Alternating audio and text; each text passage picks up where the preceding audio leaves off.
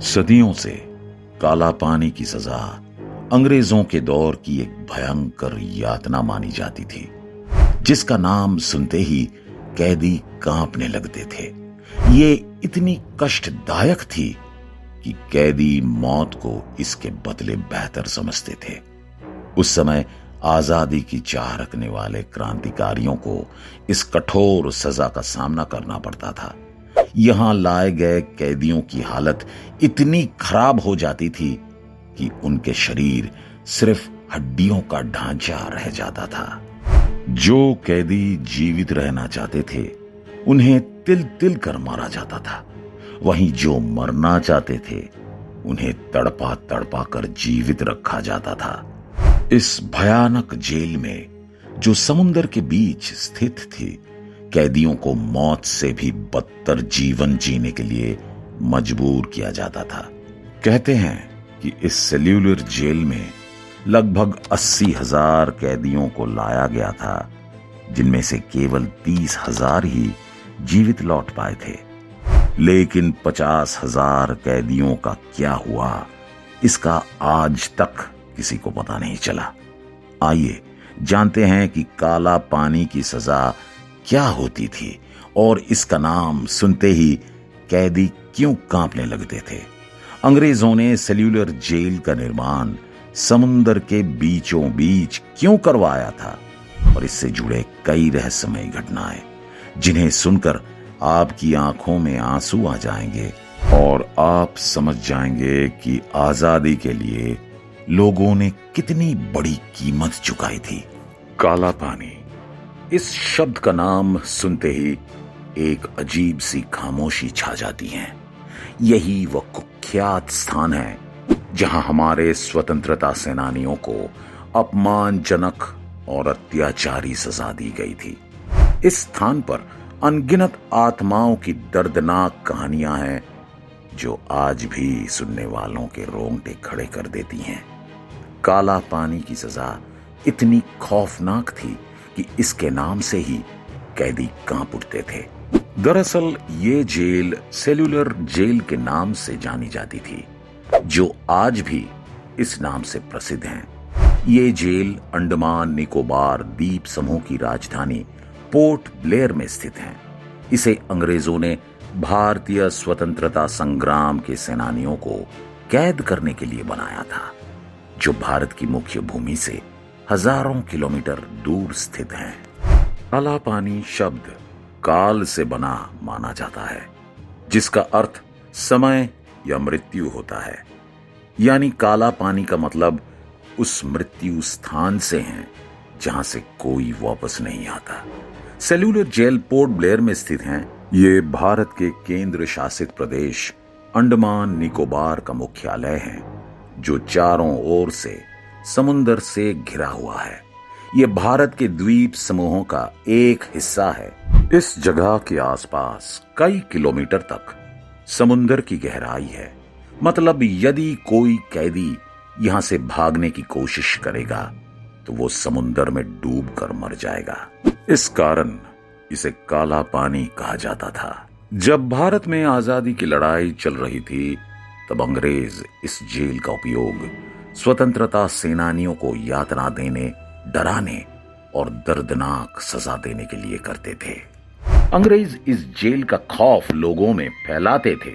1857 में जब देश में अंग्रेजों के खिलाफ पहली क्रांति शुरू हुई, तभी से अंग्रेजों ने इस खौफनाक जेल को बनाने की योजना बनाई थी। 1896 में इस जेल का निर्माण शुरू हुआ और इसकी स्थापना प्रक्रिया प्रारंभ हुई। जब अंडमान निकोबार में काला पानी कारागार का निर्माण प्रारंभ हुआ, तब ये द्वीप घने जंगलों से घिरा हुआ था। उस समय जंगल में खतरनाक कीड़े मकोड़े, सांप, बिच्छू और घातक मच्छरों की भरमार थी, जो वहां काम करने वालों के लिए मृत्यु का कारण बन जाते थे। इसके बावजूद सबसे पहले वहां अंग्रेजी प्रशासकों के निवास के लिए घरों का निर्माण किया गया, कमिश्नर का आवास और एक चर्च बनाया गया। जेल की निगरानी के लिए झील के केंद्र में एक विशाल टावर स्थापित किया गया, जिससे इस टावर पर खड़े होकर जेल की पूरी निगरानी की जा सकती थी। इस टावर पर एक बड़ा घंटा लगा हुआ था जो खतरे का संकेत देने के लिए बजाया जाता था। ये घंटा किसी आपातकाल के समय बजाया जाता था। इसके जरिए कैदियों को चेतावनी दी जाती थी और डराया भी जाता था। इसके बाद इस जेल के कक्षों का निर्माण प्रारंभ हुआ। जेल में 7 शाखाएं निर्मित की गई। ये सभी इमारतें 3 मंजिला थी। इस प्रकार इस जेल में कुल 696 कोठरियां निर्मित की गई। उस समय जेल का निर्माण 5 लाख रुपए में पूरा हुआ। इस जेल को बनाने के लिए बर्मा से बेहतरीन लाल ईंटें मंगाई गई, जिनसे जेल का प्रमुख भवन निर्मित किया गया। जेल का संपूर्ण निर्माण 10 मार्च 1906 को पूरा हुआ। इसे पूरी तरह तैयार होने में लगभग 10 साल लगे। ये जेल भारतीय कैदियों के बीच भय का स्रोत बन चुकी थी। हर कैदी के लिए एक अलग कोठरी का निर्माण किया गया। कैदियों को सामूहिक रूप से रखने की कोई व्यवस्था नहीं थी, क्योंकि सभी कैदी स्वतंत्रता संग्राम में शामिल थे। उन्हें अलग रखकर उन पर नियंत्रण रखा जा सकता था। अगर उन्हें एक साथ रखा जाता तो शायद कोई योजना बनाने की संभावना होती। अब सोचिए, एक अकेला व्यक्ति जो एकांत में रहता है, उसका मनोबल तोड़ा जा सकता है, उसके अंदर का गुस्सा कम किया जा सकता है। ऐसी मानसिक स्थिति उत्पन्न करने के लिए अंग्रेजों ने उन्हें समूह में नहीं रखा। हर जेल की लंबाई 4.5 मीटर और चौड़ाई 2.7 मीटर थी।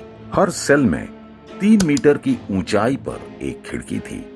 उस जेल से भागना न केवल कठिन बल्कि असंभव था, क्योंकि जेल के चारों ओर समुद्र था।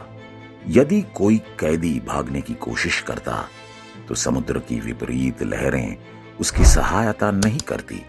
केंद्रीय जेल से कुछ कैदियों ने भागने का प्रयास किया, लेकिन उन्हें सफलता नहीं मिली।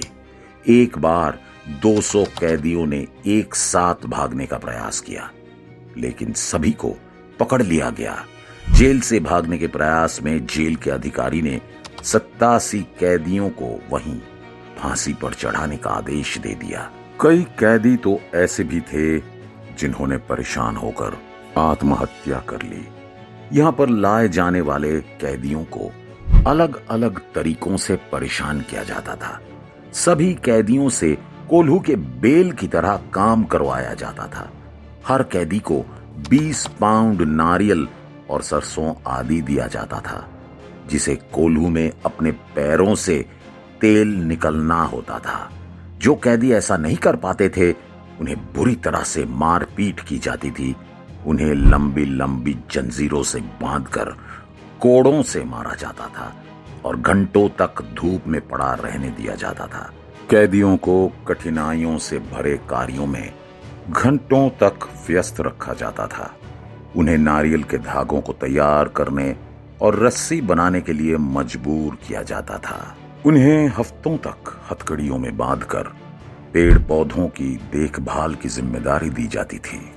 उन्हें धागों का कालीन बनाने का काम भी दिया जाता था। ये कठिनाइयां कैदियों को बलपूर्वक सहन करनी पड़ती थी। इसके बाद उन्हें काल कोठरी में बंद कर दिया जाता था। कई हफ्तों तक भोजन से वंचित रखा जाता था और सलाखों के पीछे कैद रखा जाता था। ये निर्मम सजाएं कैदियों को शारीरिक और मानसिक रूप से यातना देती थी।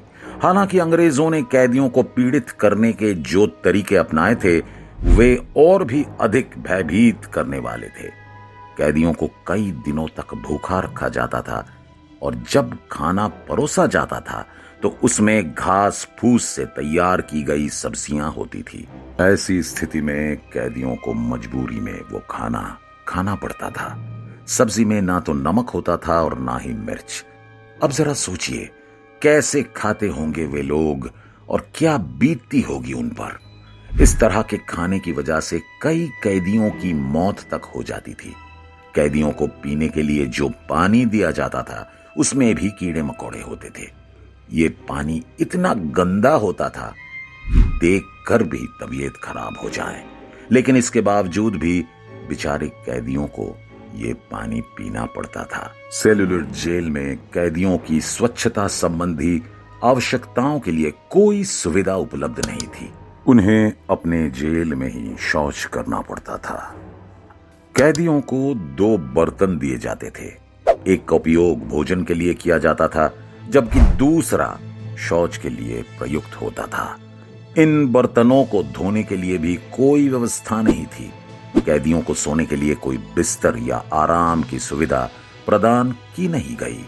वे जमीन पर ही सोते थे, चाहे मौसम किसी भी प्रकार का हो, चाहे सर्दी हो या गर्मी। उन्हें जेल की कठोर भीतरी हिस्से में ही समय बिताना होता था। यदि किसी कैदी ने किसी सुविधा की मांग की तो उसे दंडित किया जाता था और भी कठोर सजाएं दी जाती थी।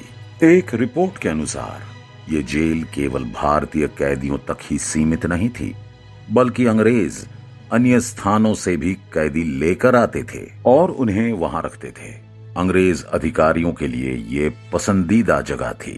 द्वितीय विश्व युद्ध के समय जापानियों ने सेल्यूलर जेल पर कब्जा कर लिया और उन्होंने जेल के निर्माता अंग्रेजों को ही यहाँ कैदी के रूप में रखा। जापानियों ने सेल्यूलर जेल के 2 भागों को पूरी तरह नष्ट कर दिया, लेकिन 1945 में अंग्रेजों ने फिर से इसे अपने अधिकार में ले लिया। हमारे स्वतंत्रता संग्राम के सेनानी जिन्होंने काला पानी की सजा भुगती, उनमें वीर सावरकर, बाबू सावरकर, बटुकेश्वर दत्त, चंद्र चटर्जी, सोहन सिंह, मौलाना अहमद उल्ला, मौलवी अब्दुल रहीम सादिकपुर, मौलाना फजल खैराबादी, योगेंद्र शुक्ला, डॉक्टर दीवान सिंह, गोपाल भाई, बबन राव जोशी, प्रेमचंद और अन्य कई लोग शामिल हैं। सेल्यूलर जेल में शहीद हुए क्रांतिकारियों के नाम अब भी वहां की दीवारों पर उकेरे हुए हैं। आज इसी स्थान पर एक संग्रहालय स्थापित किया गया है। स्वतंत्रता के बाद इन जेलों को स्मारक के रूप में तब्दील कर दिया गया, जहां हम अपने नायकों को याद कर सकते हैं। काला पानी की कहानी हमें याद दिलाती है कि हमारी स्वतंत्रता की कीमत कितनी बड़ी थी। ये हमें शिक्षा देती हैं कि हमें अपनी स्वतंत्रता को कदर करनी चाहिए और इसे संजो कर रखना चाहिए। ये जगह हमें स्वतंत्रता सेनानियों के प्रति हमारी सराहना और सम्मान की आवश्यकता की याद दिलाती हैं। इस जेल में बची 3 शाखाएं और मुख्य टावर बच गए थे, जिन्हें 1969 में राष्ट्रीय संग्रहालय के रूप में मान्यता प्राप्त हुई। यहां पर 1963 में गोविंद बल्लभ पंत हॉस्पिटल का उद्घाटन हुआ, जिसमें 500 बिस्तर हैं। इस हॉस्पिटल में 40 डॉक्टर काम करते हैं जो लोगों की सेवा करते हैं। महान थे वे हमारे क्रांतिकारी जिन्होंने इतनी मुश्किलों के बावजूद हिम्मत नहीं हारी, और वे वीर स्वतंत्रता संग्राम सेनानी हमेशा हमारे दिलों में रहेंगे।